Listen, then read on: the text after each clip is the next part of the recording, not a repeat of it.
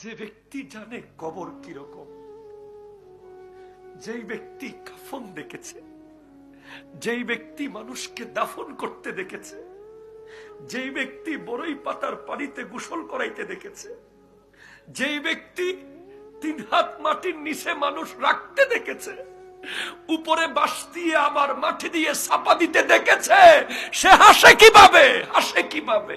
হাসে কিভাবে? যে মৃত্যুকে চিনে সে হাসে কিভাবে? তোরা যেদিন মৃত্যুকে চিনে ফেলবি সেদিনের পর থেকে আর কোনোদিন হাসবি না।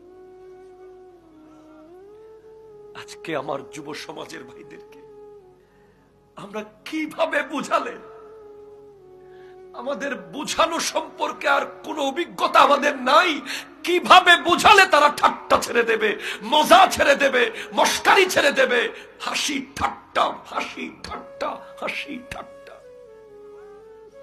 কিভাবে তারা ছাড়বে?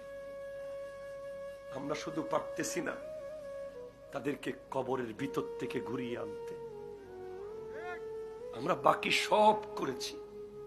আজিব তু, আমি তাজ্জুব হয়ে যাই, লিমান আরিফাল মাউতা ওয়া হুয়া ইয়াদহাকু, যে মৃত্যুকে চিনলো সে আবার কিভাবে হাসে?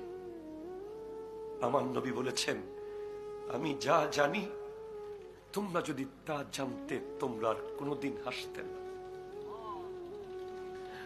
আরে আমরা কি, আপনি কে, আমরা কি?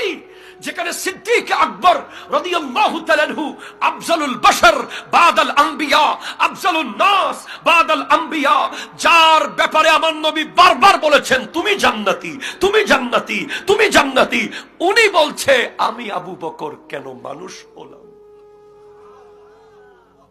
আমার যুবক ভাই, তুমি মেলায় ঘুরতেছো, তুমি কিভাবে মেলায় ঘুরতেছো? তুমি কিভাবে ওয়াজ মাহফিল বাদ দিয়ে রাস্তায় বসে বসে আড্ডা দিচ্ছ? তুমি কিভাবে ফজরের নামাজ না পড়ে জীবন কাটাচ্ছ, যেখানে আবু বকর সিদ্দিক, যার পিছে আমার নবী নামাজ পড়েছেন, উনি বলতেছেন আমি কেন মানুষ হলাম?